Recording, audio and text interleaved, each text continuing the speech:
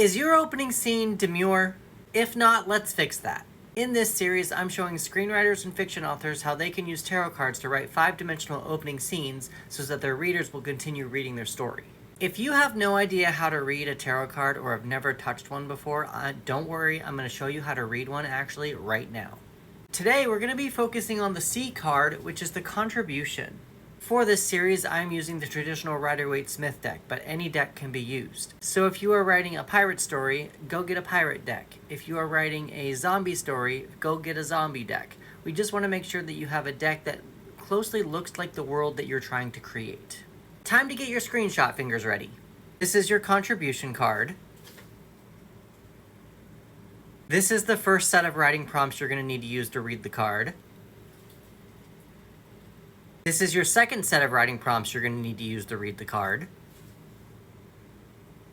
And this is the spread for those of you who want to work ahead.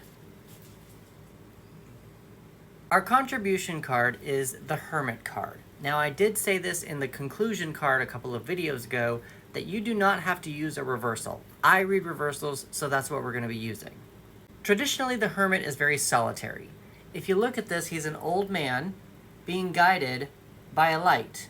He's also in the snow, in the mountains, by himself. So when this card comes up not reversed, I like to think of this card as a person who needs to learn a subject or learn information before they can share it with the world. With the Hermit in reverse, it feels like this information needs to be shared. A lot of people interpret it as taking some alone time. Since here the Hermit is reversed, it seems like it's time to actually be a little bit more social. Getting out of your shell, learning more about yourself, going out and exploring new things, meeting new people. So let's look at the Hermit card as combined with the entire spread. When I read this card in this spread, I think of this card with 3 different meanings, 3 different versions, I guess you could say. How it's related to the scene, how it's related to the project, and how it's related to what your main character does within the scene. It just kind of depends on what you need when writing the scene. So let's rewind a little bit.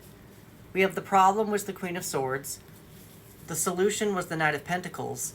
The conclusion was something was going to be unfair, and someone's going to be hurt, something's just not going to be even.